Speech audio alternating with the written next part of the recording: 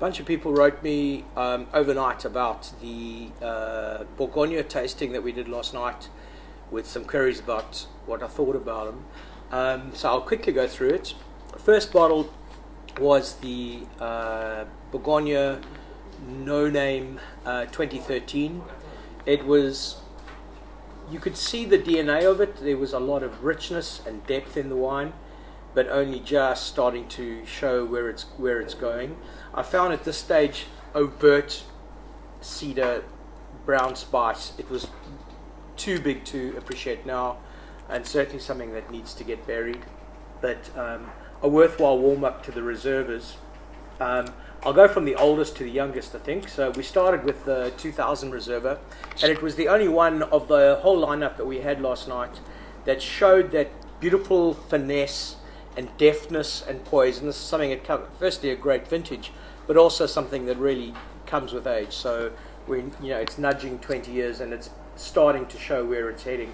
There was a kind of, I hate the cliche of cashmere, soft or silk, but there really was that shimmering through the top notes, and also in the texture of the wine all the way through. I managed to save some of it to the end, and it was definitely evolving over a 3-hour period. Super excited to taste that.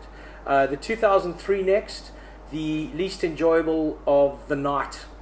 Even everything that we tasted the entire night, I think even the whiskey in Club Street in the small hours of this morning tasted a lot better than that 03. It was just kind of disjointed, angular, sharp, just completely lost really in comparison to the other vintages.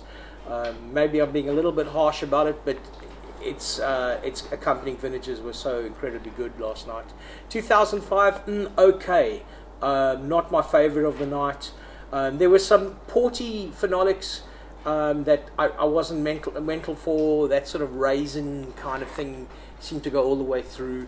It was missing the characteristics, the top shelf characteristics of really good Barolo. So it might just be a function of needing another 10 years in the cellar. But it was all right, but not loving it. The 09 was, I think, my favorite wine of the night. Everything was on full throttle. The flavor, the structure, it was incredibly well crafted wine.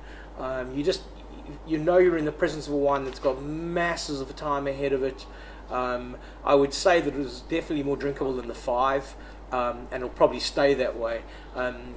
20 years cellaring, maybe. It may even be longer. It's really extraordinary. Then going on to the 2010, it's something that I wasn't ready for the quality of it. I kind of just thought 9, I knew 9 was going to be good, disappointed with 5, but the 10 was wonderful. I think it tended to emulate what we find a lot in Bordeaux, where the 09 is the one that plays to the crowd, and the 2010 is the classic structured performer that in the fullness of time is probably going to outstrip its counterpart. So, and I saw that kind of tendency in the structure of the wine. Delighted to keep going back to that, and judging by the glasses around the table, that was the one that got drained the quickest.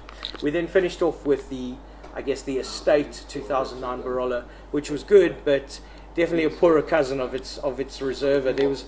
There were some signs of the Riserva in it in terms of structure and vintage, but definitely worth the extra money for the 2009 Riserva.